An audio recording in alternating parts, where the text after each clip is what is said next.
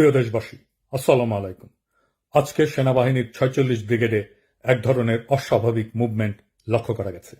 আশঙ্কা করা হচ্ছে সেনাবাহিনীর একাংশ থেকে একটা কুয়ের প্রচেষ্টা চলছে। আমি সেনাবাহিনীর জুনিয়র অফিসার আর সৈনিকদেরকে এই প্রচেষ্টা রুখে দেওয়ার আহ্বান জানাই। দেশবাসীকে এখনই রাজপথে নেমে আসতে আহ্বান জানাই।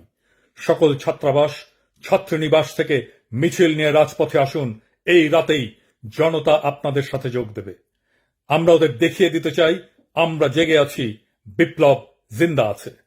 প্রয়োজনে রাজপথে ইস্তাম্বুলের মতো শুয়ে পড়ে ট্যাঙ্ক আর আর্মার্ড ভেহিকেলের গতিরোধ করবেন। মাদ্রাসা থেকে নেমে আসুন আমার ভাইরা, সকলে আজ রাতেই। এটা আমাদের বাঁচার লড়াই।